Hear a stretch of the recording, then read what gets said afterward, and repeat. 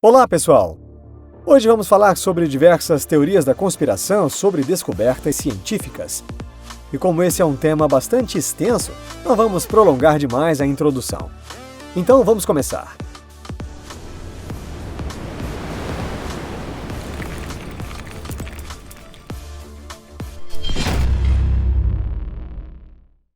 O gerador de energia de Hendershot. A primeira vez que o físico e inventor Lester Hendershot escreveu sobre o gerador de energia livre movido à força magnética foi em 1927. No ano seguinte, Hendershot montou o primeiro protótipo do gerador e conseguiu gerar energia para iluminar duas lâmpadas de 110 watts. Os maiores especialistas no assunto também reconheceram o fato de que esse gerador podia funcionar sem nenhuma fonte externa visível. Em fevereiro de 1928, após o jornal New York Times publicar 2 artigos elogiando o grande feito, Lester recebeu uma crítica oficial, alegando que sua descoberta era uma fraude. Em 1960, Hendershot ainda montou mais 2 protótipos. E ao longo de 56 páginas, ele explicou que o planeta Terra é um gigantesco ímã capaz de gerar centenas de bilhões de volts a cada segundo, sendo possível utilizar esse mecanismo. Porém, ninguém deu atenção para sua explicação. Um ano depois, quando Mark, filho de Lester, voltou da escola, encontrou o corpo de seu pai caído no corredor de sua casa. A causa oficial da morte foi dada como suicídio. Segundo informações da internet, o gerador de energia de Hendershot, que além de seguro é de fácil operação, pode ser construído com materiais amplamente acessíveis. Nós ainda não tentamos montar um, mas se der certo, avisamos vocês. O gerador de energia de Paul Baumann. Em seguida, vamos visitar a comuna de Linden, na Suíça, uma comunidade autônoma de cerca de 250 habitantes. Essa comunidade gera a energia necessária para o seu próprio uso, sem utilizar nenhum tipo de combustível desde 1980. Vamos apresentar para vocês o gerador eletrostático T-Statica, desenhado 35 anos atrás pelo relojoeiro Paul Baumann. 4 unidades dessa máquina milagrosa podem gerar mais de 750 kW de energia. Essa energia é o bastante para abastecer as casas, a indústria cinematográfica local, estação de TV, laboratório, fábrica de móveis, ateliês e até instalações públicas. Baseado nos princípios da máquina de Wimshurst, esse gerador é feito por discos que giram com a força produzida pela interação da eletricidade estática. O biorressonador de Rife.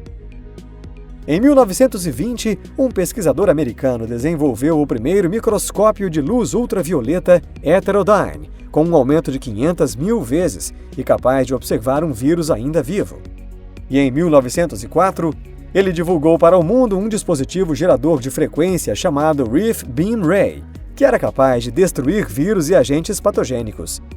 Ao vibrar a frequência específica de cada micro-organismo, esse dispositivo é capaz de destruir os vírus patogênicos através da radiação, sem afetar os tecidos ao seu redor. Rapidamente, os jornais do mundo inteiro divulgaram essa grande descoberta.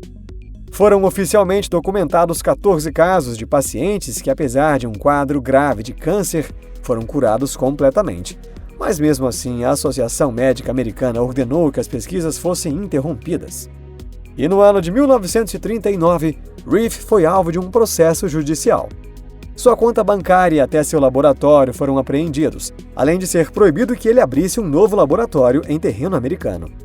Seus experimentos, que são reproduzidos até os dias de hoje, provam a simplicidade e a eficácia desse método. Mas ainda assim, a medicina não pensa em admitir oficialmente os seus feitos. O gerador do efeito Searle. Entre os 4 e os 10 anos de idade, o futuramente inventor inglês John Searle sonhava com combinações de números e diagramas de símbolos. Após muitos anos, ele utilizou-os na produção de um gerador magnético. Através do movimento dos elétrons no dispositivo, é gerado um campo magnético entre um ímã fixo de formato anelar e rolos magnéticos que giram livremente ao seu redor. Ambos os componentes são independentes e interagem entre si.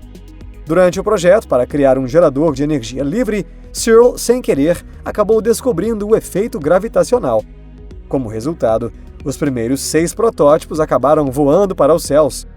Mas ele então desenvolveu um sistema de controle, e entre 1968 e 1973, ele conseguiu criar 41 discos capazes de serem controlados remotamente. Searle ainda disse: "Nós iremos construir um veículo capaz de carregar várias pessoas e após um ano aparecerá um veículo que irá levar 2.000 pessoas, de Nova York até Londres, em 15 ou 20 minutos."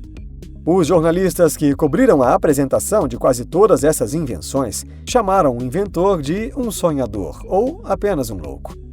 E então, em 1982, Searle, que durante 30 anos enviara energia para sua casa através de seu gerador, foi acusado de roubar energia elétrica e mandado para a prisão durante 10 meses.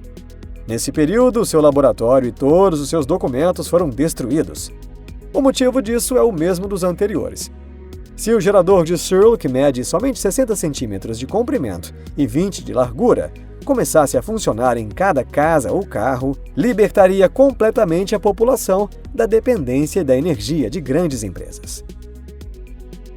O efeito antigravidade de Hutchinson. Em 1979, o pesquisador canadense John Hutchinson fazia experiências com o campo magnético vertical da bobina de Tesla e, como resultado, acabou descobrindo um interessante conjunto de fenômenos.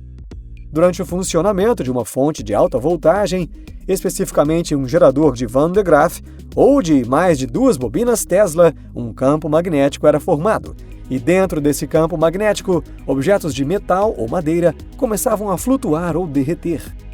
A descoberta de Hutchinson despertou o interesse de grandes empresários e órgãos governamentais, sobretudo o exército americano e vários órgãos de pesquisa. O próprio Hutchinson conta: "Nós fizemos cerca de 750 apresentações sobre o movimento de flutuação paralela.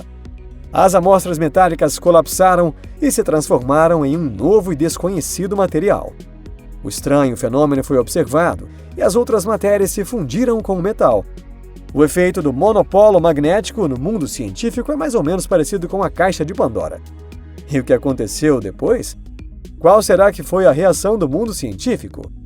Divulgaram que John Hutchinson era apenas mais um louco."